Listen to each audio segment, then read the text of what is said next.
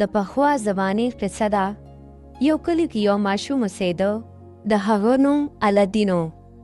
الادین به ټوله ورځ د خپلې بیزو سره په کلي کې لوبې کولې. او د الادین پلار به په کلي کې د کپړې کاروبار کولو. وخت تېرېده. الادین چې د 12 کاله شو نو د هغه پلار مړ شو.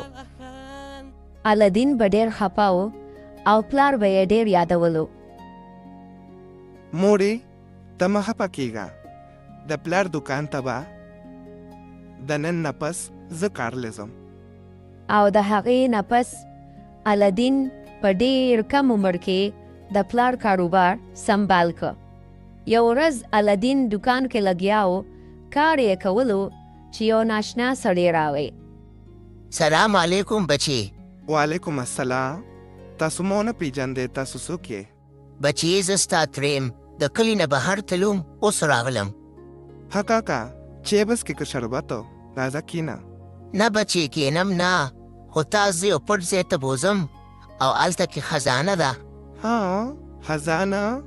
کوم ځای ده؟ راځه چې لاړ شو. او د هغې نه پس هغه سړي الادین د ځان سره یو خوشي میدان او صحرا ته بوته. بچی دا هغه ځای دی، دلته کې خزانه پټه ده، خو ته داسې وکړه اول لږ لرګي راوړه چې اور بل کړو. الادین لاړ شي، یو څو لرګي راوړي او اور بل کړي. هغه سړی په اور کې څه پوډر واچوي او په خوله باندې څه ووایي چې اچانک د هغې اور په ځای د ځمکې نه یو غټ کاڼی راوځي او په هغې کاڼي د پاسه یو شنه ګوتمه پرته وي. کاکا زه خو یریږم، داسې دي. یریږه ما، د دې کاڼي لاندې خزانه ده. زه چې درته څه ویم هغه شان کوه. دا ګوتمه واخله او په ګوته واچوه. الادین چې کله هغه ګوتمه په ګوته کې نو اچانک هغه کاڼی د خپل ځای نه اخوا شي او لاندې یو غټ غار کولو شي چې هغې ته لاندې پوڼې کوشوي وي. بچی دې غار ته به دننه لاړ شي، خو سله به ګوتې ولې نه، ور بیا به مړ شي. دې غار کې چې مخکې لاړ شي هلته یو ډیوه پرته ده، د هغې نه به تیل لر کړي او هغه ډیوه به ماله راورسې، او دا ګوتمه چې تا سره ده دا به ستا د هر څه نه حفاظت کوي. او د هغې نه پس الادین هغې غار ته دننه لاړ شي. په غار کې دننه یو ډېر غټ باغ او ډېر خشته خشته میوې لګېدلې وي. واه څومره خسته میوې دي، وړکه چې لږې ترې وخورم اوږې شوې یم. الادین چې کله د اونې نه یو سیو راکټ کړي نو د هغې نه هیره جوړه شي. واو دې نه خو خیره جوړه شوه. او د هغې نه پس الادین د هغې اونې نه یو میوه راکټ کوي، د هغې نه هیره جوړیږي او د دې ټولو هیرو نه یو بورې ډکه کړي. الادین چې لږ مخکې لاړ شي نو هغه ته هغه ډیوه هم ملو شي. د هغې نه هغه تیل لړ کړي او هغه ډیوه هم د ځان سره کړي او واپس د غار طرف ته لاړ شي. خو د الادین سره د خیرو نه ډکه بورې وي چې د هغې د وجې هغه واپس بره نشي ختې. او الادین هغې سړي ته اواز کړي چې ته هم لاندې راکوشه او دواړه به په شریکه دا هیرې او ډیوه بره وهیجو. سړی ورته وایي زه نشم درتلی، خو ما له صرف دا ډیوه راکه. خو الادین ورته وایي چې ما سره بورې ده او زه بره نشم درختې، ډیوه نشم درکولی. سړی غوسه شي او کاڼی واپس د غار په خوله کېږدي او الادین دننه ګیر شي.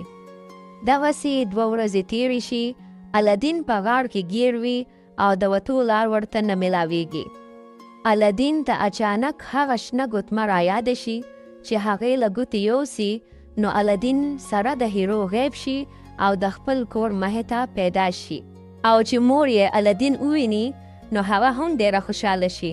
الادینه بچی ته راغلی، زه خو تا پسې ډېره خپه ومه، بچی ته چېرته تللی وي؟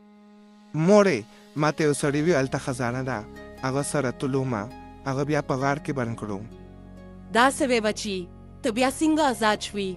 مورې ما سره د جادو یو ګوتمه ده، د هغې په برکته لاره آزاد کړم. زه بچی شکر دی. بچی دا ډیوه کوم ځای وه؟ دا خو ډېره زړه ډیوه ده. د الادین مور چې ډیوه صفا کړه، اچانک د ډیوې نه یو غټ دیو راووته. تاسو زه آزاد کړم، زه ستاسو غلام یم. وایي چې څه حکم کوي. د الادین مور ورته ووې ډېرې ورځې وشوې خوراک مې نه دی کړی، اوږې شوی یم، څه خوراک راله راکه. نو دی ورله د خپل جادو په طاقت رنګ رنګ خوراکونه ورکړل. یو څو ورځې پس الادین په بازار کې روانو چې د بادشاه وزیر اعلان وکړ. ټول خپل دکانونه بند کړئ او لاره ازاده کړئ. د بادشاه لور به لاره تېرېږي، که چا ورته وکتل سر به ورله قلم کوو. او د هغې نه پس ټولو خلکو خپل دکانونه بند کړل. هو د بادشاه لور نن خو به دا ضرور وینم. او دغسې الادین په بازار کې پټ شو چې د بادشاه لور وویني. لږ ساعت پس یې د بادشاه لور په لاره تېروله چې الادین ولیده، نو د بادشاه لور دومره خشته وه چې هغه پې زړه بیله. الادین په ټول عمر کې دومره خشته جینۍ نه وه لیدلې او په منډه د کور طرف ته لاړه. مورې ما د بادشاه لور لیده، سمه خشته وه. د بادشاه لور کوم ځای وه بچي؟ مور یې هلته بازار کې روانه وه، زما سمه خوښه شوه. زه به د بادشاه د لور سره اوس واده کوم. یاره بچي د بادشاه لور سره؟ چرته مونږ غریبانان او چرته هغه د بادشاه لور؟ مور یې هغه کومې خیرې چې مې راوړې وي د هغې نه یو څو خیرې ورله یوسه او زما دپاره یې وغواړه. زه بچي ټیک ته سبا به ورشم. او مور یې د شپې د هغه خیرو نه یو څو هیرې د ځان سره کړې او په سبا باندې د بادشاه محل ته لاړه. السلام علیکم. وعلیکم السلام. بادشاه سلامتزي او خبره کول غواړم، خو یاریږم. یاریږه ما، وایه څه ویل غواړې؟ زما زوی ستا د لور سره واده کول غواړي. زه ستاسو د لور رشتې له راولم. ها چېرته زما لور او چېرته ستاسو زوی؟ دا نشي کېدی. او دې کپلکې در سره څه دي؟ ته راښکاره که.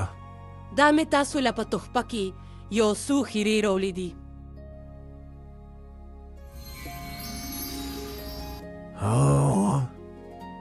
دومره ښایسته هیرې؟ دا خو زما ډېرې خوښې شوې. بس ټیک ده، زه به دله د لور رشته درکړم، خو د هغې دپاره به دې زوی خپل قابلیت ماته ښایي چې هغه زما د لور قابل دی او که نه. او د هغې دپاره زما څه شرطونه دي. شرطونه؟ وایه چې ستاسو څه شرطونه دي؟ زما یو شرط دا دی چې د ځان سره به دوه غلامان راولې او هغه غلامانو د ځان سره د دې هیرو نه ډک پریتونه نیولي وي. او دغسې بادشاه د الادین مور ته خپل شرط بیان که. بل طرف ته الادین په انتظار ناستو چې څه به کېږي او یو ساعت پس یې مور راغله. بچي بادشاه خو راته شرط کېښودو. مورې د څه شرط؟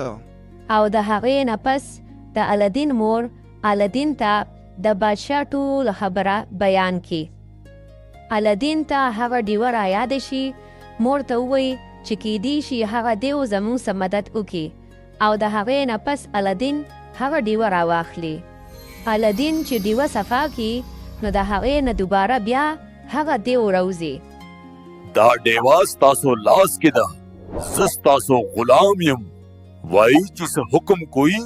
الادین ورته د بادشاه د شرط مطابق هغه شان دوه غلامان سره د هیرو یاد کی او دی ورله د خپل جادو په طاقت هغه را پیدا کی. او په سبا باندې د الادین مور سره د هغه غلامانو او د هغه هیرو د بادشاه دربار ته لاړه شي. بادشاه سلامت، دا واخلې ستاسو لومبنی شرط مونږ پوره کړو. دا ستاسو غلامان او هغه خیرې دي کومې چې تاسو یادې کولې وي.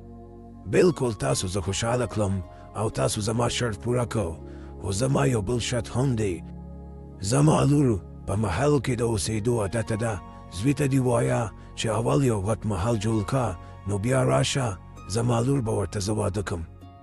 او د الادین مور د شپې الادین ته د بادشاه دویم شرط هم بیان کی او الادین یو ځل بیا هغه ډیوه واخلي، یو غټ میدان ته لاړ شي، هغه ډیوه چې صفا کی د هغې نه هغه دیو بیا راوځي. دا چراغ ستا لاس کې دی او زه ستا غلام یم. وایه چې څه حکم کوي؟ زما دپاره یو غټ محل جوړ کا. بالکل چې څنګه تاسو غواړئ. او یو ځل بیا دیو د الدین دپاره هغه شان غټ محل تیار کی او د هغې نه پس الدین له کپړې پیزار هم ډېر قیمتي ورکي. الدین ډېر زیات خوشحاله شي او د بادشاه دربار ته په خوشحالۍ لاړ شي. سلام بادشاه سلامت. وعلیکم السلام. زه ډېر خوشحاله شوم چې تا سره ملو شوم. بالکل بچې تا ما ته خپل قابلیت وښو او زما د لور قابلې اوس د واده تیاري کوه. زه تا د خپله لور درکوم. الدین ډېر زیات خوشحاله شي او د هغې نه پس د الدین او د بادشاه د لور واده وشي. الدین ډېر زیات مشهور شي. د هغه د دولت او د هغه د واده خبر په ټول کلي کې خور شي او دا خبر هغه دوکه‌باز سړي ته هم ورسي. زما په خیال چې هغه ډیوه الدین ته میلو شوې ده ځکه چې دا هر څه دی بغیر د هغې نه نشي کولی او دا به زه د ده نه اوس واپس اخلم. ډیوې واخلې ډیوې زړې ډیوې راوړې او نوې ډیوې واخلې. داسې به وکړم د الدین هغه زړه ډیوه به تله ورکړم او نه یې به ترې واخلم. الدین چې دا نوې ډیوه وویني ډېر به خوشحاله شي. او د الدین ښځه هغه ډیوه سړي سره بدله کړي او دغسې د الدین ډیوه هغه دوکه‌باز سړي ته ملو شي. دا ډیوه ستا لاس کې ده او زه ستاسو غلام یم. وایه چې څه حکم کوې. داسې وکړه چې دا محل سره د بادشاه د لور د دې ځای نه غیب کا او چېرته لرې په صحرا کې یې پیدا کا چې هغه ځای چا ته هم نه وي معلوم. او دیو د الدین محل سره د بادشاه د لور غیب کی او په صحرا کې چرته خوشي میدان کې پیدا کی.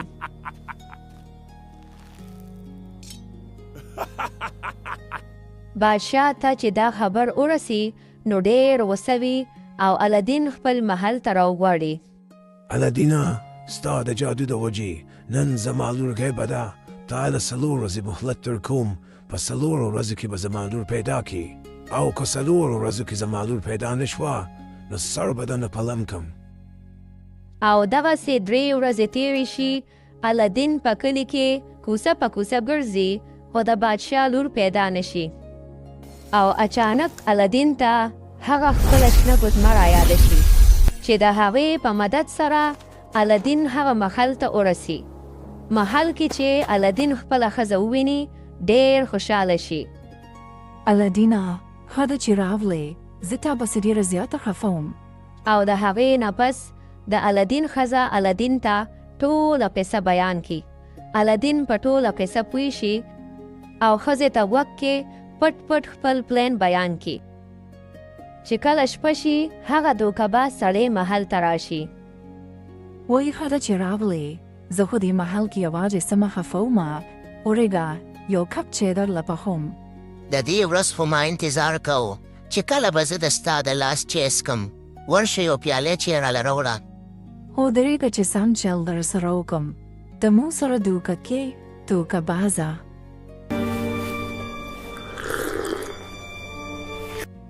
وایي په ما خو داسې سر ګرځي چې دا ولې وایي. او دغسې دا د الدین او د هغه د ښځې پلان وي. الدین راشي د هغه نه واپس خپله ډیوه واخلي. ډیوه ستا لاس کې دی او زه ستا غلام یم. وایه چې څه حکم کوې. بس دا سړی د دې ځای نه غیب کا او د غرونو نه پناه کا چېرته یو لرې ځنګل ته بوځه.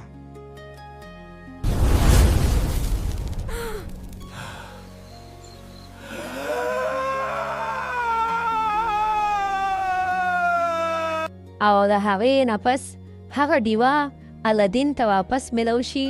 الدین د خپلې ښځې او محل سره واپس خپل ځای ته لاړ شي او بادشاه چې خپله لور وویني او د الدین قابلیت نو ډېر متاثره شي.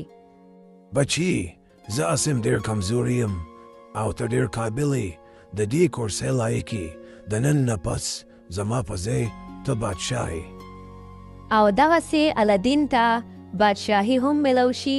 خپله ډیوه ورته هم ملو شي او خپله مینه ورته هم ملو شي او د هغې نه پس الدین په خوشحالۍ ژوند تیروي.